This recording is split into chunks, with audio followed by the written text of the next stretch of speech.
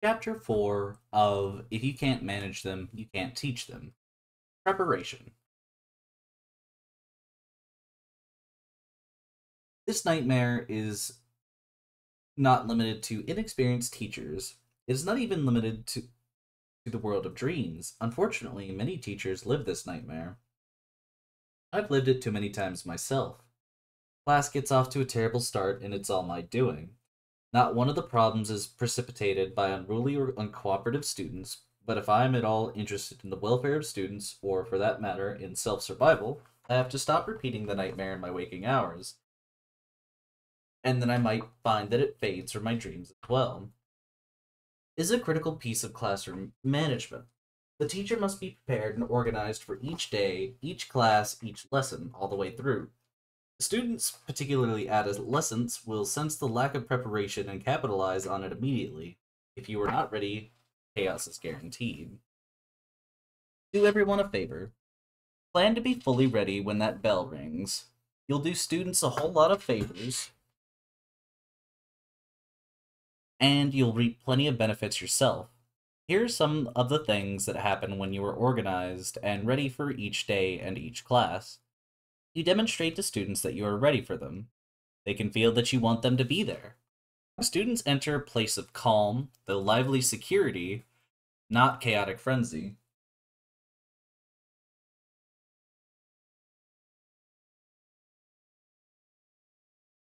You are free to be at the door, available for relating to students a welcoming way for their class to begin. Learning begins as soon as students arrive. This shows students that you take their learning seriously and that this is what you are here to do. Your readiness shows enthusiasm about the work of the day. Students get the idea that you are energized and ready to go, not scattered and reluctant to be there. Students get the idea that you are the leader. This provides safety for students and sets a tone for good management. You model organization and promptness, something students need to learn and internalize. Students experience consistency, something they need in a chaotic world, something that helps them be calm, secure, and ready to learn. You do a better job of teaching because you are forced and focused and unstressed. You avoid a whole lot of potential delays, disruptions, and problems that will occur if there is uncertainty or confusion about class getting underway. At the beginning, before the school year begins and as you are getting ready for students to arrive, plan an environment that is safe emotionally and physically, conducive to learning, orderly, calm, stimulating, likely to reduce rather than increase problems. Think ahead about the daily activities and events in the classroom. Make a list of these, such things as entering, leaving, getting materials, collecting papers, returning papers to students, accounting for homework, taking attendance, disposing of trash, sharpening pencils, or using supplies.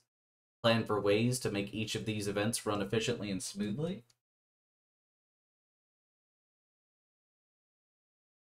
Anticipate distractions or interruptions.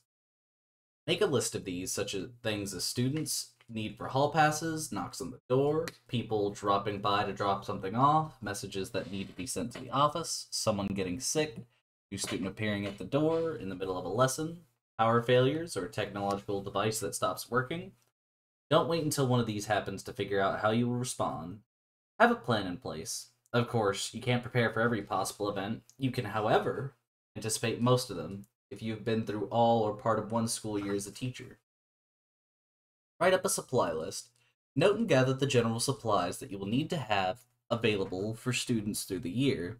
This might include items such as paper, pencils, math tools, tissues, markers, folders, and such. Keep this list handy so you can note when things get low and need resupply. Create a system for resupplying so that you don't get into a lesson that needs drawing supplies with no drawing paper, or you don't get into a flu season without tissues. Arrange the room for minimizing problems. In one of my most memorable teacher preparation classes, the professor proclaimed something that I remember is this: your classroom management can cause more management issues than your worst behaved students. She was right. The placement of student seats, location of the teacher's desk, width of space between furniture, where things face, location of supplies, placement of information on walls, All can be the root of many conflicts or disruptions, and all of the physical arrangement components interact with many other things such as the lengths of the arms and legs, body size and body odor, friendships, rivalries, and fear.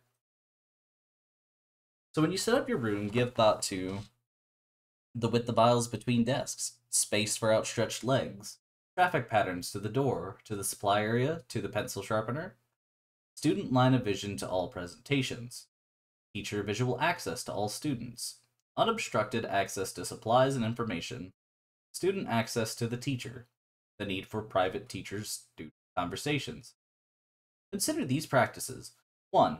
Allow as much space between rows and groups of desks as you possibly can.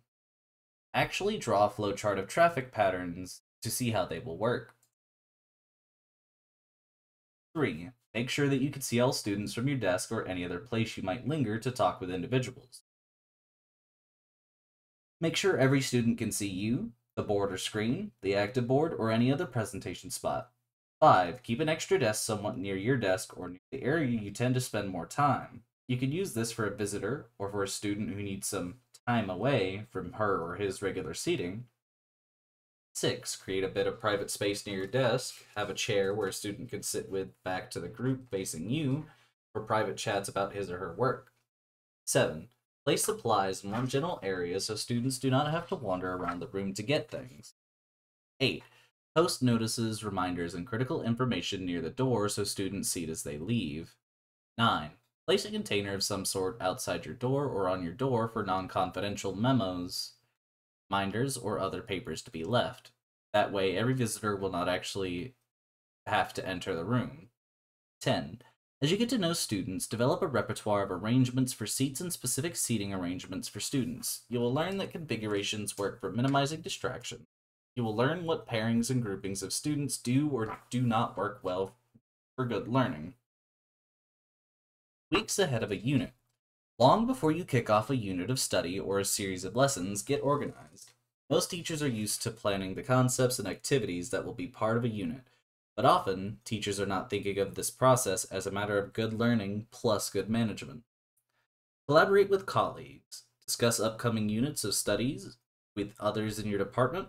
Coordinate plans with other members of your interdisciplinary team. Your students do go to the other teachers. It's best for the students if these other teachers know what your kids will be studying. Beyond that, colleagues can find ways to reinforce what students are learning and connect concepts from other disciplines where possible. Furthermore, you can think through the logistics of a unit with teammates or colleagues. This can help avoid distractions and glitches before they happen. Start any unit plan by defining goals. Exactly what is it that each student will gain from the unit as a whole, each activity in it? My colleagues and I use a strategy called the essential question. We ask ourselves, what question do we want our students to be able to answer at the end of the unit? Every lesson we create throughout the unit should in some way attempt to answer the essential question. You can use this approach for any individual lesson as well as for unit planning. Here are a few samples of questions we have posed as the goal of a unit. How does colonialism affect a country and its people? What are 4 reasons why some countries struggle to develop? How could both the Israelis' claim and the Palestinians' claim to land in Israel be justified? My current principal, Dr. Shirley Greger, has another suggestion for establishing goals. She noticed that when she asked teachers to describe goals of a unit or lesson, they tended to start explaining their lessons instead of defining goals. They described activities. So she asked this instead. When your students walk into your classroom, each student has a set of skills and knowledge. When they leave your classroom, how has their knowledge or skill changed? That answer, she says, is the goal of the lesson. Make a list of activities and strategies that you will use to meet your established goals and objectives. Make sure that each one helps to answer the essential question. Determine the logical order of the activities to meet your goals. Sketch out this order on paper so you can be prepared throughout the week. This doesn't mean things won't change. At least it gives you a roadmap to follow. Create a unit calendar. Be sure to mark early or late starts, vacations, assemblies, and other such interruptions to the normal schedule. On the calendar, note what you will do each day that relates to the essential questions of the unit. It is best to create this calendar on a computer so that you can make changes easily. Lesson links, activities, new ideas, field trip plans, guest speakers schedule, school schedule, alterations, and such create almost a daily need to update the calendar. Start a supply list. As you create the calendar, keep track of everything you will need for each learning activity. Your list might include things such as schedule a field trip to your planetarium, reserve computer time, get building supplies for geometric models, make copies of study guides, order DVDs, reserve supplies. Once you have established your calendar, track down and reserve materials that you will need for each lesson. Veteran teachers will tell you that if you plan to use the computer lab in January, you'd better reserve your dates the previous September. Schedule and prepare other details. Start planning and making digital presentations. Schedule field trips, arrange for chaperones, purchase any supplies needed, or send out requests for donations. Get permission slips ready for field trips, prepare study guides, unit outlines, independent study options, assessments, project guidelines, and other materials students will use. With each piece you prepare, keep asking the question, will this activity or event help students move toward an answer to the essential question? If your school has a study hall, don't be afraid to borrow services of study hall students who are doing okay in their classes. They can do many different tasks for you.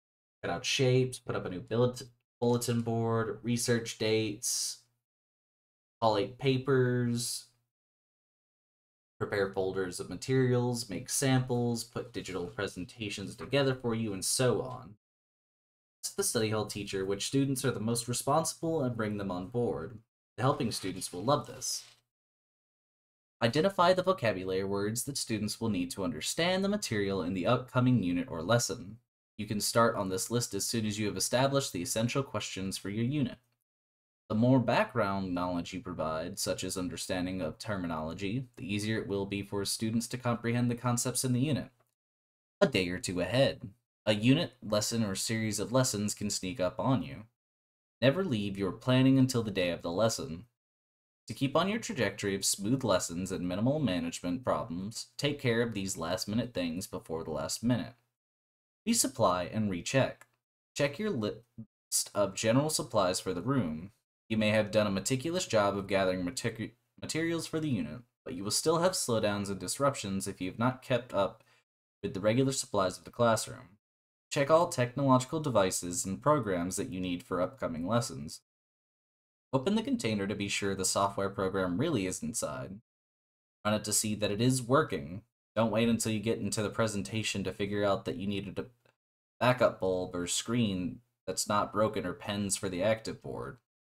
Return all necessary papers. This is crucial at the beginning of the unit, and for any lesson within a unit, or any other type of lesson or activity. See what you have graded and returned any work students have done that involves background knowledge or preparation for this particular lesson or unit. In fact, make it a policy to have all work back to students within 2 days of collecting it from them. Make the best use of your prep period. Each evening, make a list of tasks need to be done the next day during your prep period.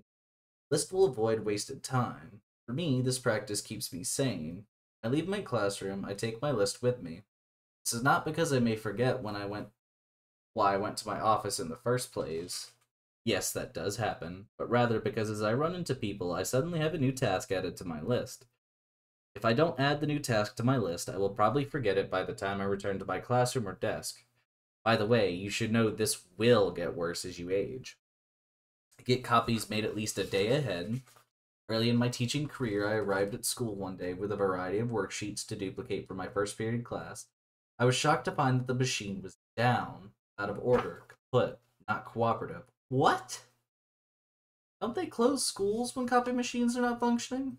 I found another machine, got the copies, finished just as the bell rang, and raced to my classroom, only to realize that I had left the other pieces of my fantastic lesson on my desk back at my office. Needless to say, I was not prepared. And not Surprisingly, my middle school students, with their innate ability to sense a weakness, capitalized on it immediately. The bell had barely rung, and chaos already reigned. It was precipitated not by troublesome students, but by my lack of preparation.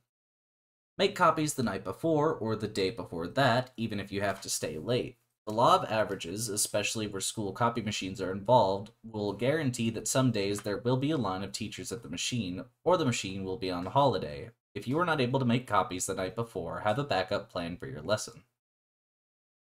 Anticipate glitches.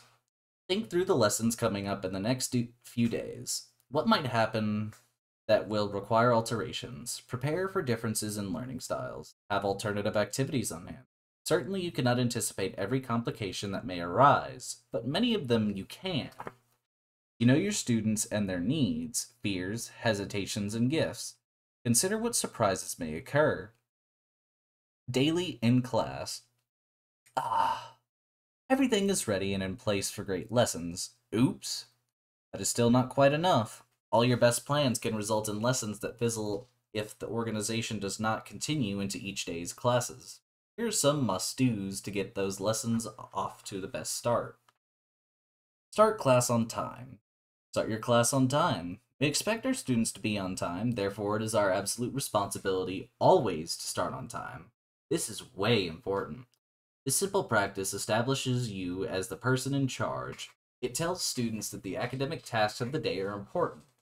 It sends the message to students that they come to class to learn. It shows students that you are organized and ready to go. A good habit for students to watch and practice. It leaves no time for troubles to brew.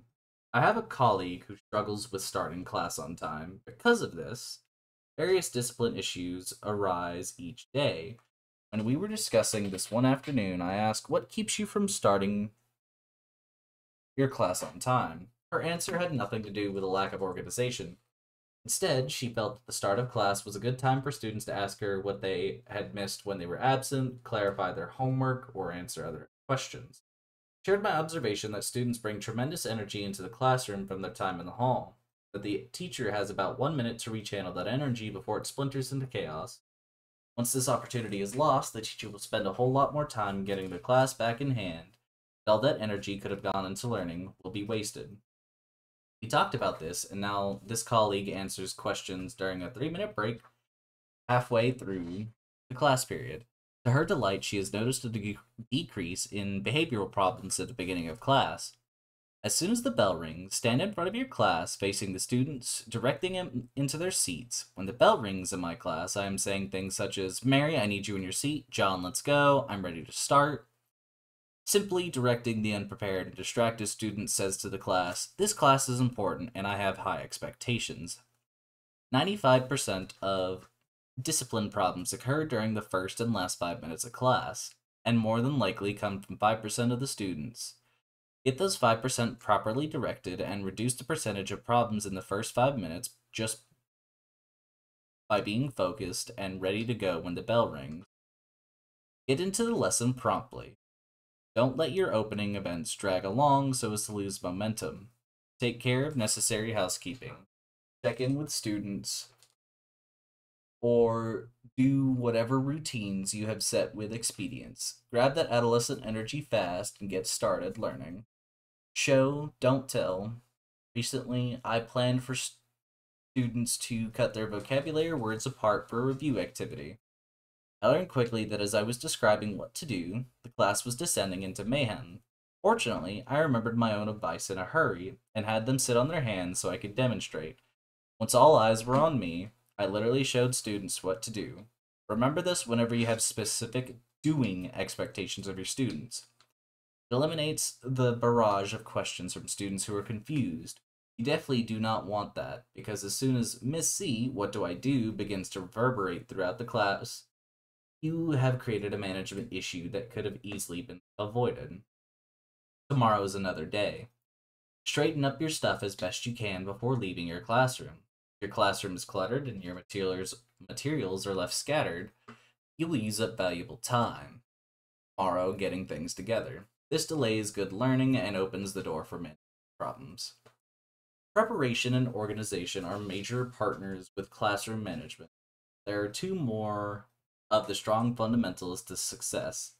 We teachers are so busy with making big decisions every hour of each school day that we cannot afford to be pulling our lessons and ourselves together at the last minute. The Keeping Me Sane organizational tool on page 114 is one I use constantly.